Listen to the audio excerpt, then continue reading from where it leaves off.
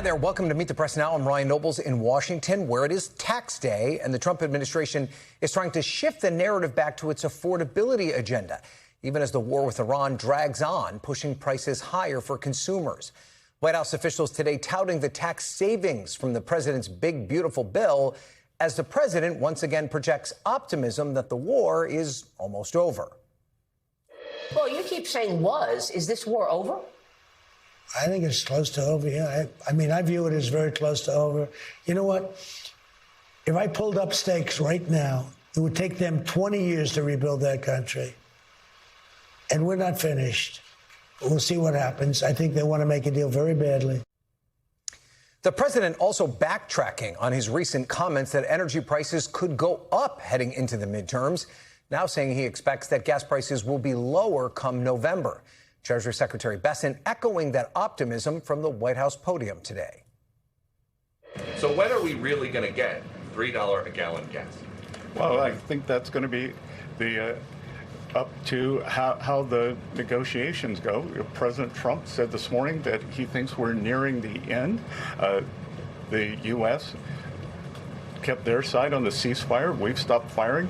The Straits of Hormuz have not been completely reopened, so we will see. And I'm optimistic that during the summer we will see gas with a 3 in front of it sooner rather than later. I'm optimistic that sometime between June 20th and September 20th that we can have $3 gas again. Gas prices right now remain above $4 a gallon and are up significantly since the start of the war. As for the status of those peace negotiations between the U.S. and Iran, White House Press Secretary Caroline Leavitt saying the talks are ongoing and the administration feels good about the prospects of a deal. Meanwhile, the U.S. military continues to enforce a naval blockade of Iranian ports.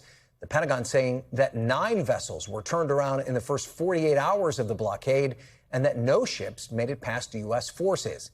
Iran's army responding with a threat of its own, saying it could block maritime traffic around the Persian Gulf and the Red Sea if the U.S. blockade continues.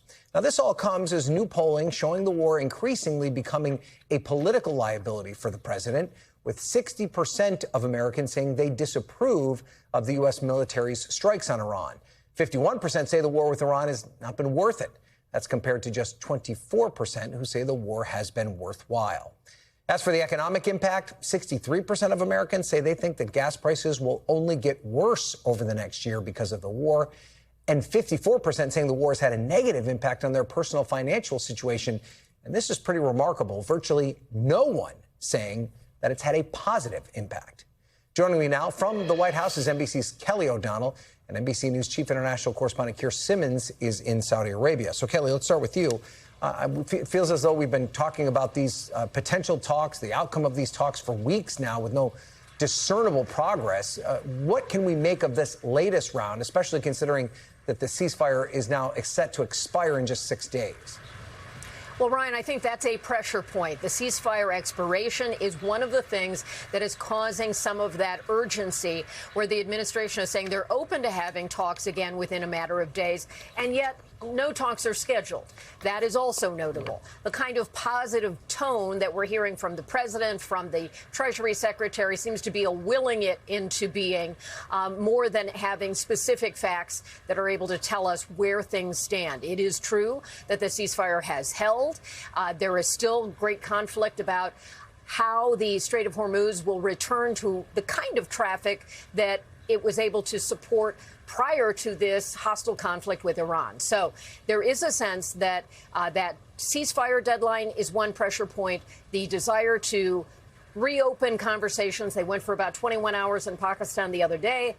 Can they have enough in terms of the conditions to bring about a next set of issues? We know the U.S. offered about a 20-year minimum for Iran to agree to not pursue a nuclear weapon. Iran countered with a 3 to 5 year window. Neither of those were acceptable to the parties. So where does that leave us next? We don't exactly know. But the positioning for talks seems to be in place, but actually going forward and setting it has not yet occurred. Right? Yeah, and everything you're talking about right now seems incremental, Kelly, not anywhere near finality. But the president continues to say, he's been saying for a while, that he expects the war will be over soon. Do we have any idea what gives him that confidence? This seems to be where the president is trying to will events into being by the fact, as commander-in-chief, he would know whether he intends to restart more hostile activity toward Iran. He has talked about that. He has threatened various things. But there isn't a specific thing except the president saying he believes it to be so. Congress, of course, has been urging the president to try to be more, at least Democrats in Congress, to provide more information. There are those in Congress who would like to see constraints on the president's use of force if it goes beyond an initial operation and into a territory where Congress believes it should exert its authority.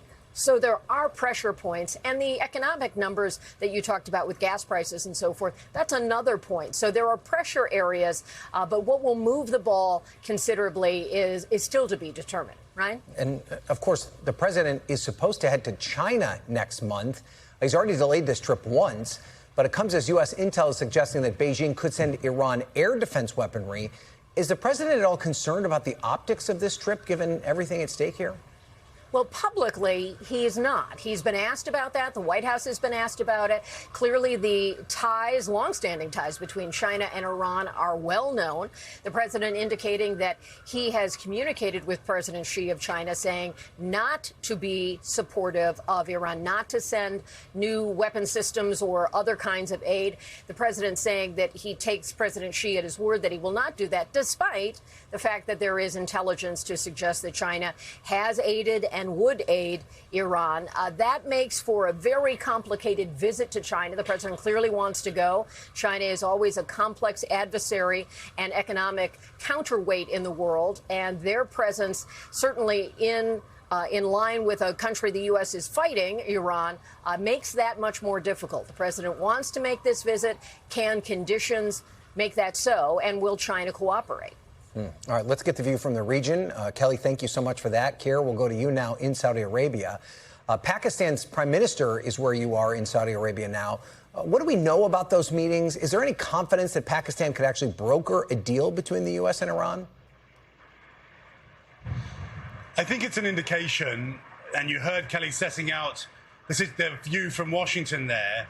I think it's an indication that there's actually an awful lot of work to do, and that the Pakistanis recognize that. And the Pakistani Prime Minister here in Riyadh to meet with, say, Saudi Arabian officials is just one of a number of visits that he's going to make. He's going to be in Turkey to talk to the officials there, also to Qatar. But there are lots and lots of conversations happening. And frankly, that is because the gap between the Americans and the Iranians is wider than the Strait of Hormuz. I mean, there really are a number of issues that are huge. And just as an example of that hasn't been talked about so much, when you heard the vice president over the past few days talk about the offer from the Trump administration to Iran to join America in kind of a trade capitalist wonderful future, you can't underestimate the extent to which the Iranian regime might not want that might not think that that's actually in their interest, might think that something like that could be in the long term a threat to them. I mean, that's just one example. Aside from the question of Iran's insistence that it should, as a matter of pride, be allowed to continue to have uranium, even if it's in small quantities and small distillations, and its determination to try to have some kind of control of the Strait of Hormuz. I mean, it goes on and on and on. And all of that has to be figured out. And so far, despite the vice president saying, listen, I spent more than 20 hours in Islamabad, it's taken months, years to negotiate other kinds of similar deals. And you talk about the complications around the Strait. Now Iran is threatening to block all traffic around the Gulf. They're even potentially extending blockades into the Red Sea. What kind of implications would there be for these Gulf countries that have not stood in the way of this operation, but seem to be getting increasingly uncomfortable with how long it's going on? Yeah, I mean, it's had Gulf nations desperately worried. And frankly, any country that relies on this region for its oil and gas and other petrochemicals and things desperately worried. Just as an example, the Saudis here, Saudi Arabia has a pipeline from the east of the country to the west of the country that gets you to the Red Sea there, the Bab al-Mandeb, that area that you're talking about. That carries about 7 million barrels of oil a day. The Strait of Hormuz normally takes around 20 million barrels a day. So you can imagine, you can see just how important that pipeline is. It was actually attacked by the Iranians last week. And so if Iran was able to carry out that kind of a threat and block that area of the Red Sea, as well as the Strait of Hormuz, it would be a catastrophe on top of a crisis. That being said, the man who said this, Ali Abdelaziz, who's a commander in the Iranian military, I mean, he is speaking, but he isn't necessarily speaking as the leadership of Iran. So it's a threat, but it's not necessarily what Iran wants to carry out. I still think that both the Iranians and the Trump administration really would like to get to a deal here. The real problem is, what deal? Right. And it's also complicated by many other factors, including Israel's role in all of this, which we didn't have time to get into. But Keir Simmons, that's right. Thank you for your reporting in Saudi Arabia. We appreciate it, as always. And as we mentioned, gas prices remain in the $4 range as Americans continue to bear the cost of this war. Despite that, the S&P and NASDAQ both reached a new record high today as investors appear to be largely shaking off concerns about the war. And joining me now, I'm pleased to introduce the newly named chief business correspondent and the anchor of the new and up-and-coming 10 a.m. and 11 a.m. hours here on NBC News Now, Christine Romans. Christine, I couldn't be more happy for you and our viewers that you're taking on this new role. Congratulations. This is very exciting. Ryan. Thank you so much, Ryan. But part of the reason you got this job is because you're so smart about these topics. So let's talk about what's going on in the markets. The S&P and NASDAQ both hitting an all-time high today. You and I have had these conversations a lot. There are all these indications that tell us that there is volatility in the world, but investors seem to just be shaking it off. Why aren't they more concerned with what's happening in Iran? Well, a couple of things. I mean, the U.S. economy is so resilient and has been for several years. I mean, it has really shaken off a lot of big shocks from tariffs, quite frankly, now to higher energy costs. And so it shows you that companies, remember, Wall Street reflects how companies are doing, and U.S. companies are doing quite well here. The better thing to watch, I think, is the more tangible market, and that right now happens to be the oil market. Watching when the oil markets go up because they're concerned about the supply of oil, when they go down because they think that there could be some kind of a resolution. So just look at how far these big, important commodities have gone since the war began. You can just see sort of the depth of all of this. The president backtracked on his comments about the possibility that oil prices would remain high going into the midterms. But do administration officials share that optimism? And what steps are they doing to try and make sure the prices come down? You know, they have tried to move the levers they can, but this is a big, complicated global oil market. And when there's a choking off of supply in one part of the world, like the Strait of Hormuz, it raises prices for everyone. You know, I talked to Kevin Hassett, who's one of the president's advisors, and I asked him, you know, how concerned are you? Or what is your message to the American people about gas prices that surveys show they are very concerned about high gas prices? This is what he told me. We're very sensitive to the fact that gas prices are higher. They've gone from 3-ish to 4-ish on average in the country, and that's something that we're all in on addressing by doing things like releasing the strategic reserve and increasing production in Venezuela and in the U.S. and so on. We understand that people are frustrated with the higher prices, and the people expect them to go back down. If you look at futures markets, they're expecting this to be over soon and for prices to go way back down.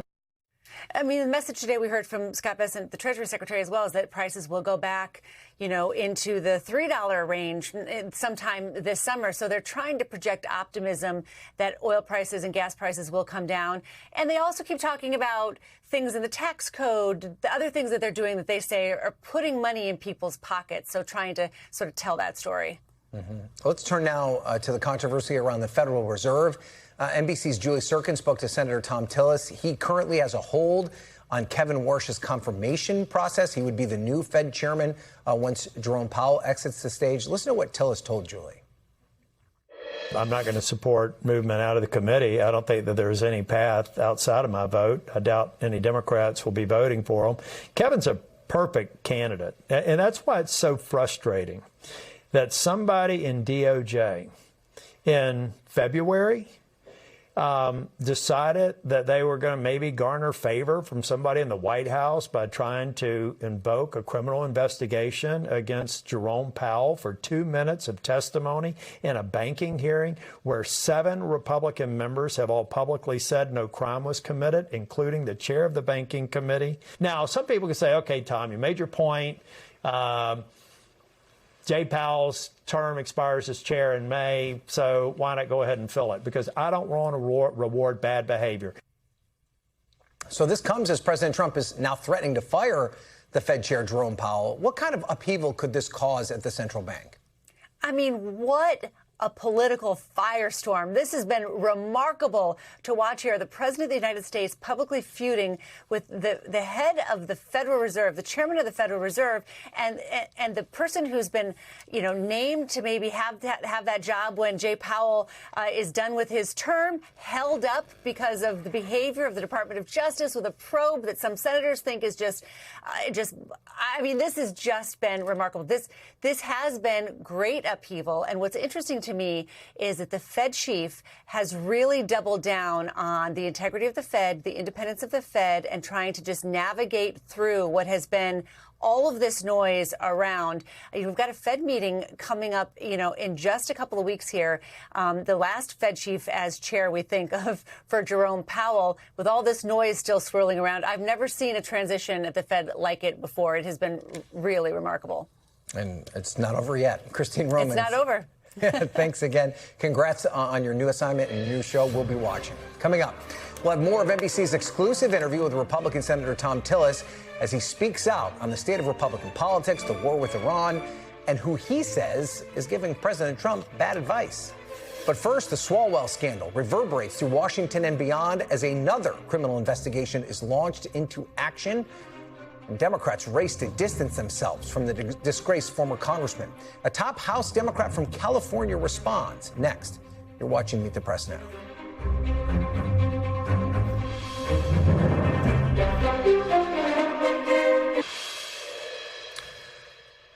Welcome back. The Los Angeles District Attorney's Office says his office is launching a criminal investigation into now former Congressman Eric Swalwell. The announcement coming hours after a woman named Lana Drews filed a police report and publicly accused Swalwell of drugging, raping, and choking her in 2018. The Manhattan DA's office also confirmed to NBC News that it's launching its own criminal investigation into another alleged assault perpetrated by Swalwell in a New York City hotel room in 2024. Swalwell, through his attorney, denies all allegations of sexual misconduct and assault, calling them a, quote, calculated and transparent political hit job. Swalwell officially resigned from Congress yesterday amid those allegations, apologizing for what he called mistakes in judgment in his resignation announcement. With me now is Congressman Robert Garcia. He is a Democrat from California, the ranking member on the House Oversight Committee. Congressman, we have a number of things to talk to you about, including your work on the Oversight Committee and the Epstein files, but I do want to address the situation with Eric Swalwell. Did you personally hear of any rumors or speculation related to these allegations against the former congressman? I had not. I'm newer to Congress. I've only been here for a couple of years, and knew Eric just kind of through the delegation through California. He's obviously from the northern part of the state. Obviously, I'm as shocked as a lot of folks. I think it is disgusting what has happened. I am glad that these women have been able to come forward. I am glad that he has resigned. I'm glad that Tony Gonzalez resigned. I think most importantly, they need to understand that if they were going to come before the Congress, they were going to be expelled. No one, certainly in a position of power, should be abusing women, abusing staff. In the case of Eric, there's allegations of rape. So I personally believe that these survivors are credible. There are multiple women that have come forward. It is horrifying to know that this happened. And he now has to face justice in a court of law and, of course, in going back home to his family. So I am glad that he's out of Congress. Are you satisfied with the way your leadership responded to this? Should there have been calls for his resignation that came sooner and should have been louder?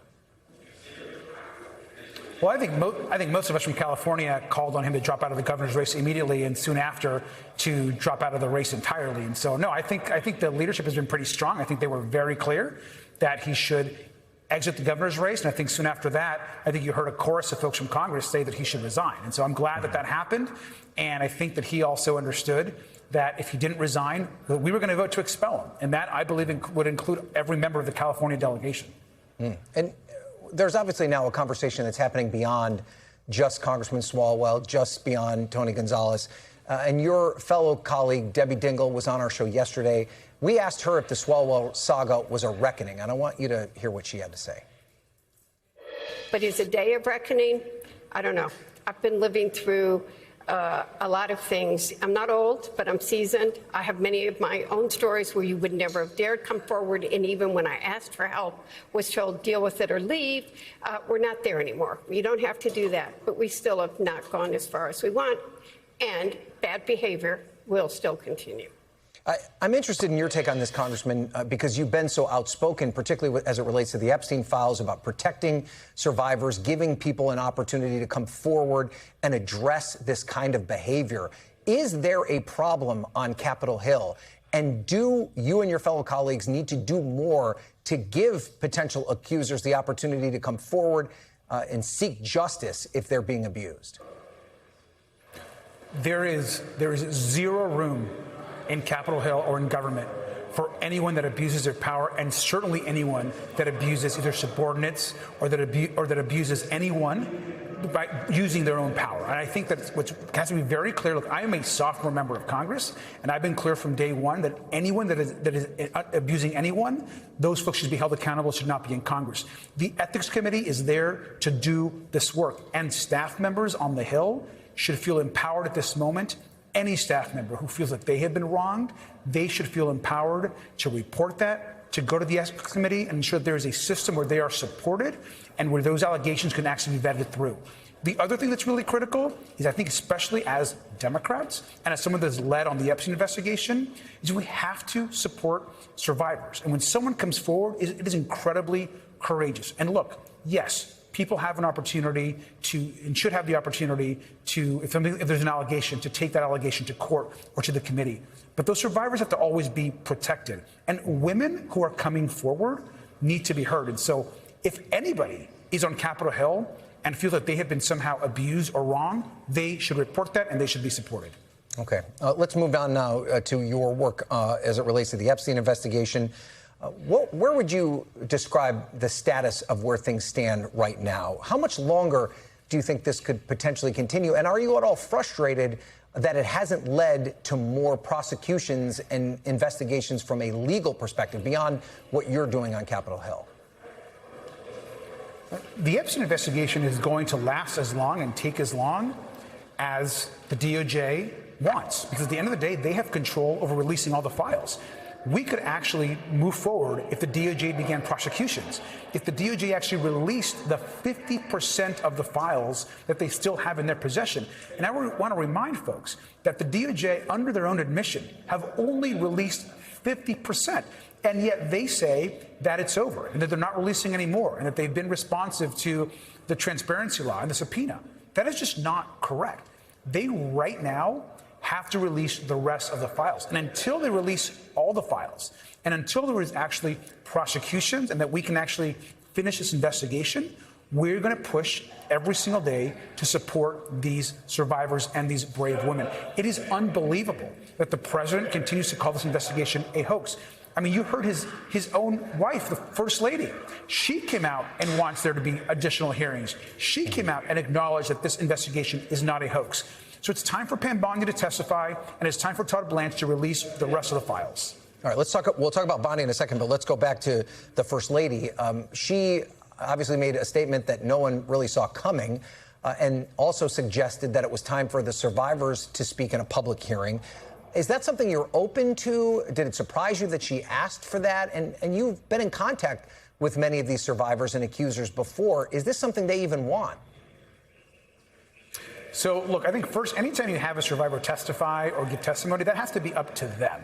So that is incredibly important that we give those opportunities to those that want it. And so we should never force anyone, particularly those that have been victims of sexual abuse, to be public.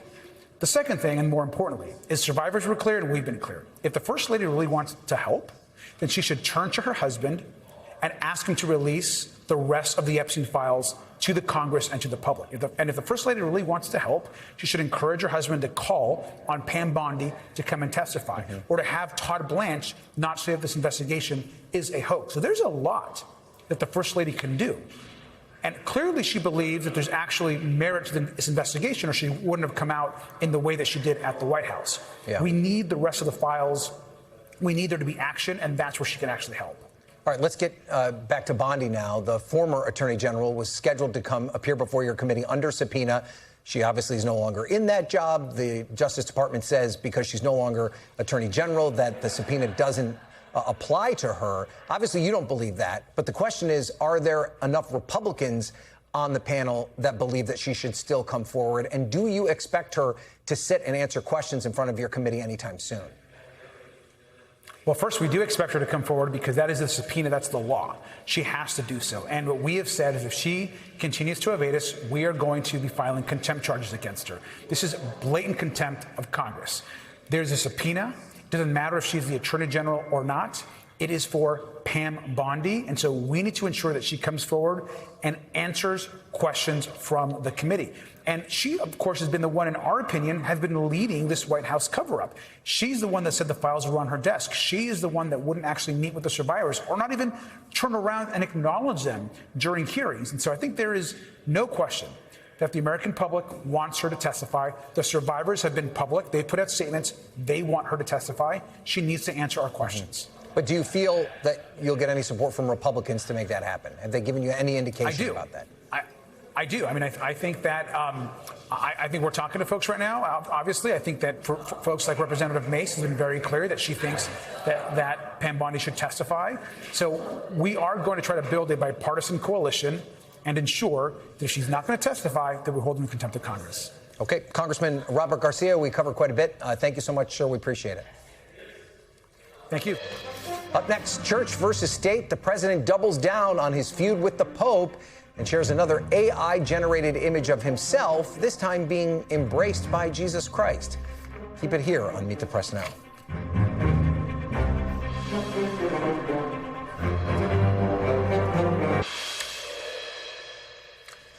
Welcome back. The White House is escalating its feud with Pope Leo. President Trump once again criticizing the Pope's opposition to the war with Iran on social media late last night and posting this image, which appears to show him with Jesus this morning. Meanwhile, Vice President Vance, speaking at a Turning Point USA event in Georgia last night, issuing a warning to the Pope and rebuking him for saying that Jesus is never on the side of those who wield swords and drop bombs. How can you say that God is never on the side of those who wield the sword? Was God on the side of the Americans who liberated France from the Nazis? Was God on the side of the Americans who liberated Holocaust camps and liberated those innocent people from, those who had survived the Holocaust? I certainly think the answer is yes. We can, of course, have disagreements about whether this or that conflict is just, but I think that it's important, in the same way that it's important for the Vice President of the United States to be careful when I talk about matters of public policy. I think it's very, very important for the Pope to be careful when he talks about matters of theology. NBC News senior White House correspondent Gabe Gutierrez joins me now. So, Gabe, does the Trump administration see this ongoing feud with the Pope as a political winner? Because they seem to keep wanting to talk about it. Well, actually, Ryan, I think it's the president that really keeps wanting to talk about it, posting that image this morning of what we've seen from the vice president and other Republican leaders over the last several days is they're responding to what a feud that the president really has started. Now, the president views this not so much from just a political frame, but more of a personal frame, a personal affront to his policies. We saw it earlier this week when the president was asked about this. He said he was only responding to Pope Leo, because Pope Leo brought it up, although Pope Leo has been very careful not to really call out President Trump by name, just voices general opposition to the war and to make this call for peace, although he has spoken about this more often in the last several days. But earlier today, we heard from House Speaker Mike Johnson, and I thought it was very interesting, whereas Mike Johnson earlier this week had urged President Trump to take down that other controversial picture, that AI-generated image of President Trump depicted as Jesus Christ. Today, his message seemed to be siding with the Trump administration, siding with the White House, and saying that if the Pope wanted to wade into political waters, then he should expect a political response. Now, Vice President Vance, of course, yesterday, as you mentioned, at Turning Point event, coming to the president's defense. The comments, though, from Vice President Vance, particularly striking, given that he is a Catholic, and he was seen by critics as lecturing the Pope on what the Pope should be talking about when it comes to theology, Ron. Yeah, and it's such a great point, Gabe, because so much of the president's base comes from the religious right in this country. He was very successful in winning that vote. Is there any concern in the White House that that could alienate some of those voters that they've come to rely on? Well, I will tell you, Ryan, when you speak with White House officials about this, they don't want to talk about it. And all they refer back to is whatever President Trump posts on social media. And, you know, they want to leave any of the senior officials that they want to leave this to either the president or the vice president to wade into these controversial waters, so to speak. But look, the Trump administration will repeatedly say, and the president has said, that, you know, he has done more for evangelical voters than any other president before him, in his view, from the appointment of Supreme Court justices that led to the downfall of Roe v. Wade to other policies that they see as being beneficial for the religious right. So I don't think the president is thinking about this too much in political terms. He's really viewing this in personal terms, and he has said he's a counterpuncher. If he perceives someone to be a threat to his policies, he will punch back, even if that's Pope Leo. Right. Maybe the president's not thinking about it, but if I'm a Republican running in a midterm, I'm probably thinking about it a lot. All right, Gabe Gutierrez, live from the White House. Thanks, Gabe. After the break, speaking out with nothing to lose. More from NBC's exclusive interview with outgoing Republican Senator Thom Tillis, as he opens up about his views on the president's inner circle. You aren't going to want to miss this. Stay with us on Meet the Press Now.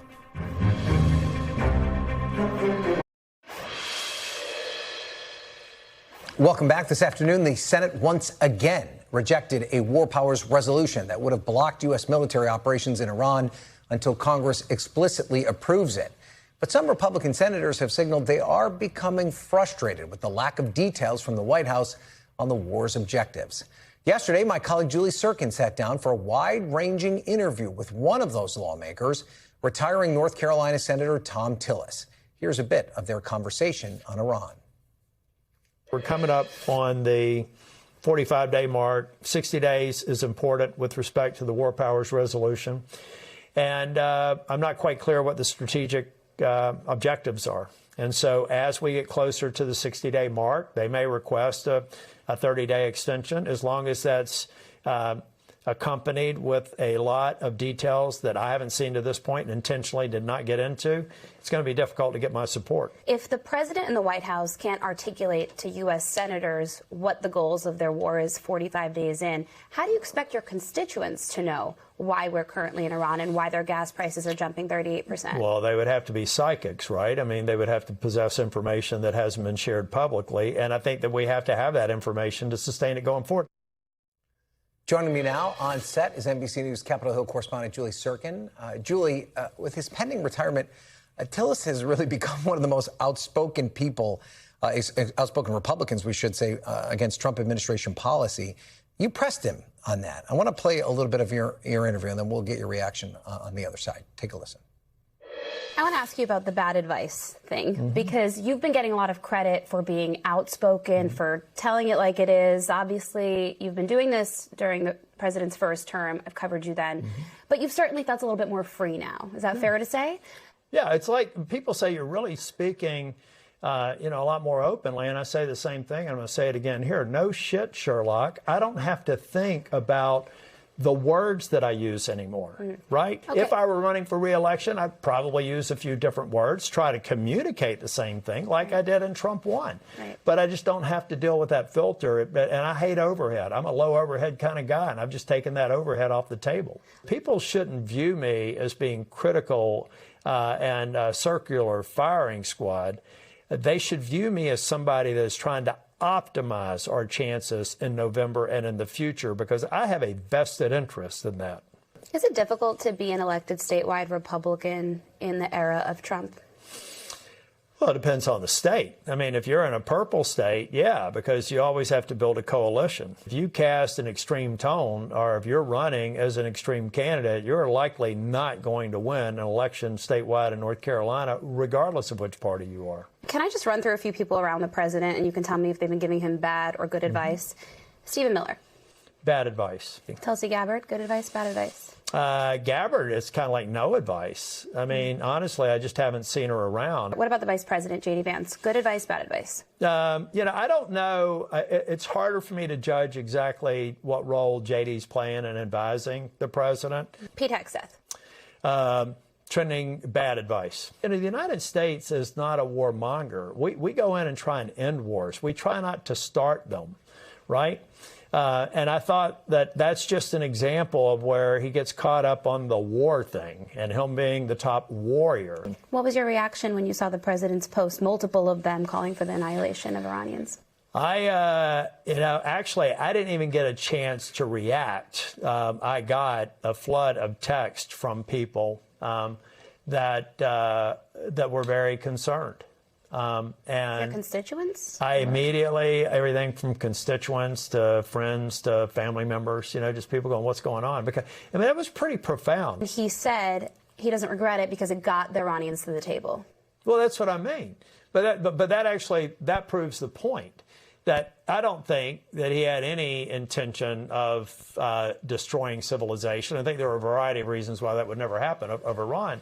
But I think if I were coaching him, I'd say, Mr. President, people believe literally every word that comes out of your mouth. The president yesterday told us that he did post the Jesus AI photo, that he thought he was a doctor. He then took it down, which they don't do very often, so you could take that as a sign of apology. Most Catholics, I know you are included in that group, voted for the president in 2024.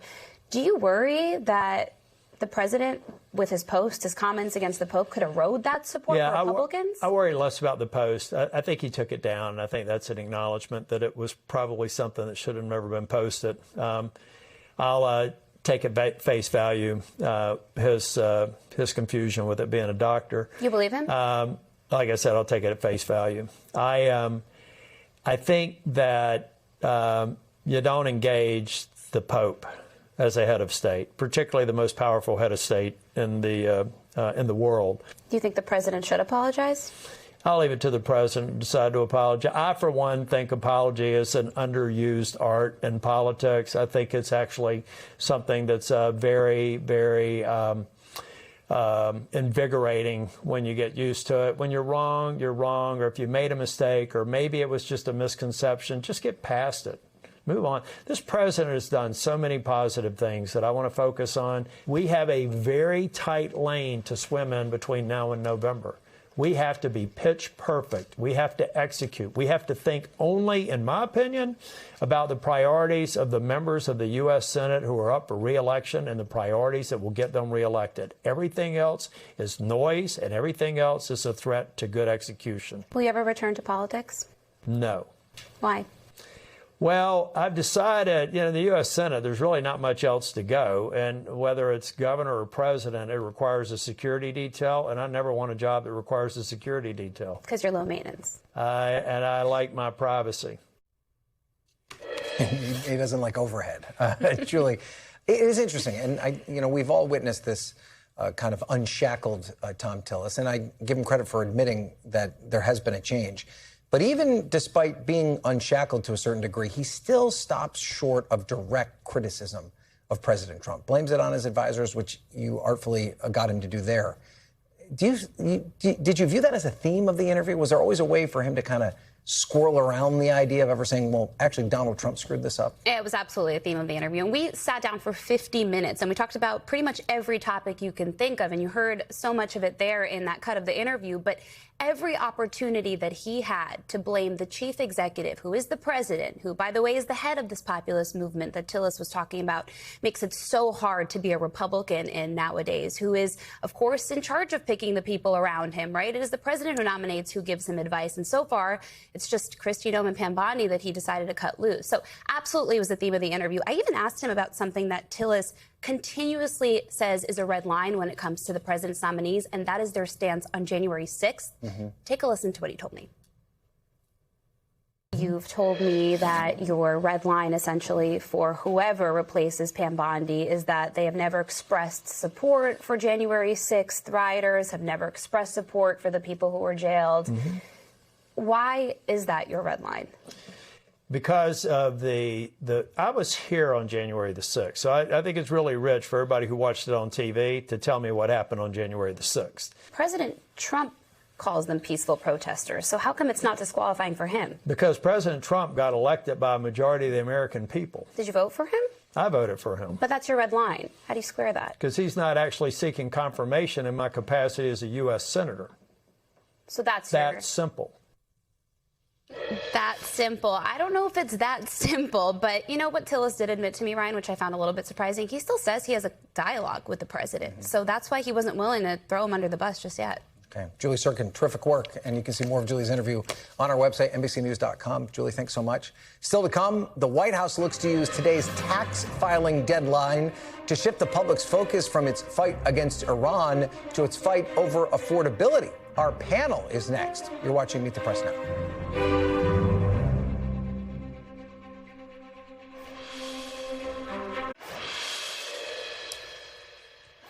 Welcome back. As we've noted, President Trump is now backtracking on how long Americans will face high fuel prices due to the Iran war. Today saying he believes prices could be lower by this year's midterm elections, despite suggesting the exact opposite just days prior. Somehow they misquoted me. I think oil will be down to the levels it was. You know, they said, I expect oil to be high at the midterms. I don't expect that. I think that we will be somewhere around where we were, maybe even lower. Do you believe the price of oil and gas will be lower before the midterm elections? I hope so. I mean, I think so. It could be. It could be or the same or maybe a little bit higher, but it should be around the same. I think this won't be that much longer.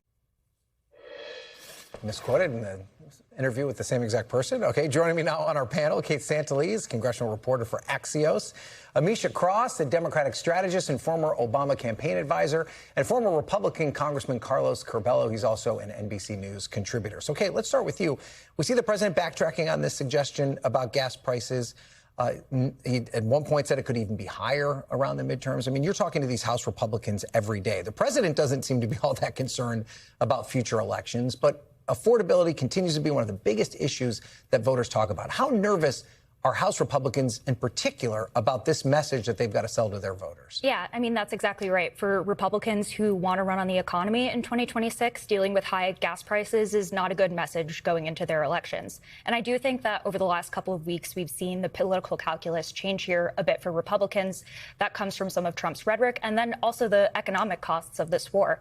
But again, we've seen that all Republicans are still essentially behind Trump here. They haven't really wavered on that. There was a few that criticized him last week, but again, they're all publicly remaining behind him right now. And a good example of that is the Senate failing to pass this war powers resolution today. None of the votes had changed there. But in the House tomorrow, when we're going to see Democrats force that war powers resolution, we do expect some things to shift there.